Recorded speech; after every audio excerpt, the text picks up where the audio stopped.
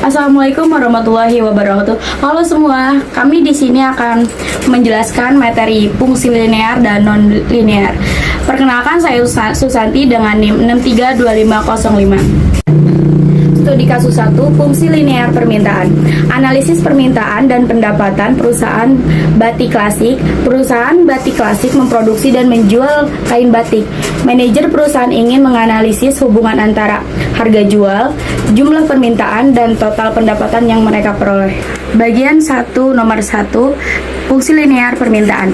Setelah melakukan penelitian pasar, Departemen Pemasaran menemukan bahwa hubungan antara harga jual P per potong dan jumlah unit yang diminta Q dapat didekati dengan fungsi linear berikut. Fungsi permintaan P 100.000, di mana 5.000 P adalah harga jual per rupiah, Q adalah jumlah unit yang diminta dalam ribu unit. Untuk penyederhanaan pertanyaan dan pembahasan fungsi linear. 1. Tentukan jumlah barang yang diminta Q ketika harga P adalah 50.000. Pembahasan, kita substitusikan nilai P 50.000 ke dalam fungsi permintaan. 50.000 sama dengan 100.000 dikurang 500 Q. 500 Q sama dengan 100 diambil 50.000. 500 Q sama dengan 50.000.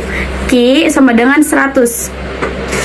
Kesimpulan, pada harga 50.000, jumlah unit yang diminta adalah 100.000 unit. Saya Desira Priani dengan NIM 63250282. Studi kasus 1, bagian 1 nomor 2, fungsi linear permintaan.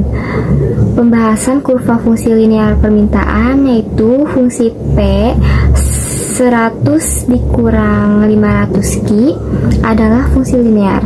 Di sini ada titik potong sumbu P, yaitu saat Q sama dengan 0 dibagi P, berarti 100 dikurang 500 dikali 0, hasilnya 100.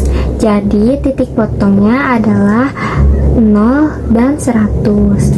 Untuk titik potong sumbu Q, yaitu P sama dengan 0 dibagi Q, berarti 100 dikurang 500 Q, hasilnya Q sama dengan 200. Jadi titiknya adalah 200 dan 0. Kurva akan berupa garis lurus yang menurun dari kiri atas yaitu 100 ke kanan bawah yaitu 200, mencerminkan hukum permintaan ketika harga naik. Jumlah permintaan turun, begitupun sebaliknya. Samping ini adalah gambar kurvanya. Permintaannya yaitu 100 dan kuantitinya yaitu 200. Saya Eka Fiorentina dengan NIM 63250 380. Jadi selanjutnya adalah studi kasus 2 tentang fungsi non-linear di pendapatan total. Pendapatan total atau total revenue atau TR adalah perkalian antara harga P dan jumlah barang terjual Q dengan menggunakan fungsi permintaan di atas. Kita bisa mencari fungsi pendapatan total. Fungsi pendapatan total yaitu rumusnya total revenue atau TR sama dengan P dikali Q. Jadi total revenue sama dengan dari yang studi kasus 1, 100.000 dikurang 500 Q dikali Q. Jadi TR-nya 100.000 Q dikurang 500 Q kuadrat. Lalu pertanyaan pertama, tentukanlah bentuk fungsi total revenue dan jelaskan mengapa ia non-linear.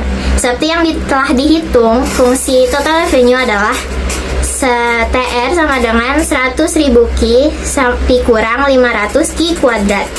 Fungsi ini adalah fungsi kuadrat karena memiliki variabel yang dipangkatkan 2 Q kuadrat. Dalam matematika, fungsi kuadrat adalah salah satu bentuk fungsi non-linear. Grafiknya akan berbentuk parabola, bukan garis lurus, seperti tadi. Saya Kris Radea dengan NIM 63250382. Masih di studi kasus 2, fungsi nonlinear pendapatan total.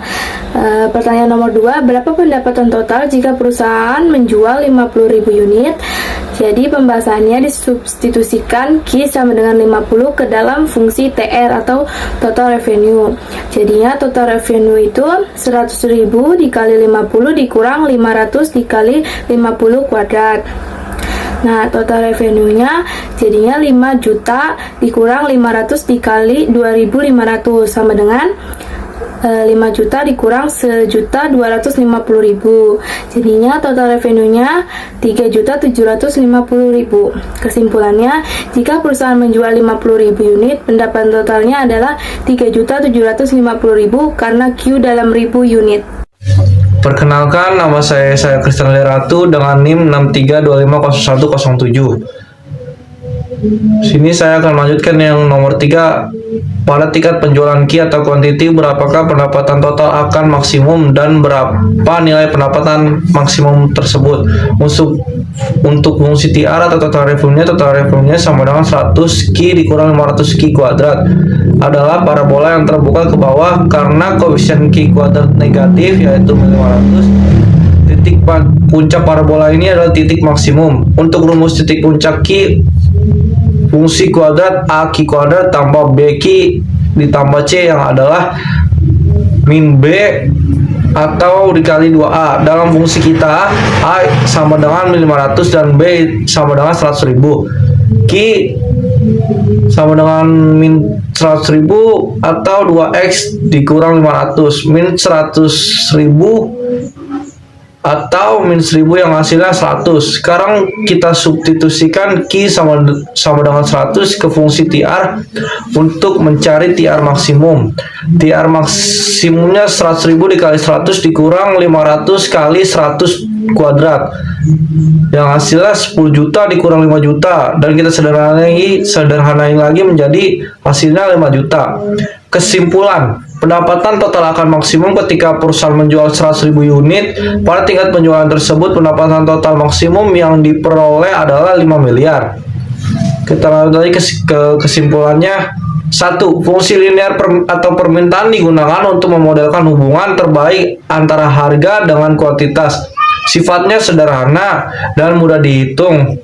Dalam kasus ini, P atau price itu sama dengan 100.000 dikurang 500 quantity. Yang kedua, fungsi nonlinear atau pendapatan total. Ternyata dari fungsi permintaan linear dapat diturunkan fungsi pendapatan total yang nonlinear atau kuadrat. TR-nya total revenue-nya itu sama dengan 100.000 quantity dikurang 500 quantity kuadrat. Yang ketiga, aplikasi dalam pengambilan keputusan. Analisis ini membantu manajer batik klasik untuk tidak hanya melihat harga dan kuantitas secara terpisah, tetapi juga memahami bagaimana kombinasi keduanya mempengaruhi pendapatan. Mereka sekarang tahu bahwa menjual lebih banyak unit, misalnya 150.000 unit, tidak selalu meningkatkan pendapatan. Karena setelah titik Q sama dengan 100, pendapatan justru akan menurun. Keputusan strategis tentang harga dan target penjualan dapat diambil berdasarkan analisis matematis ini. Dengan demikian, pemahaman tentang kedua jenis fungsi ini sangat penting dalam ekonomi untuk melakukan peramalan dan optimasi. Sekian dari penjelasan saya. Terima kasih.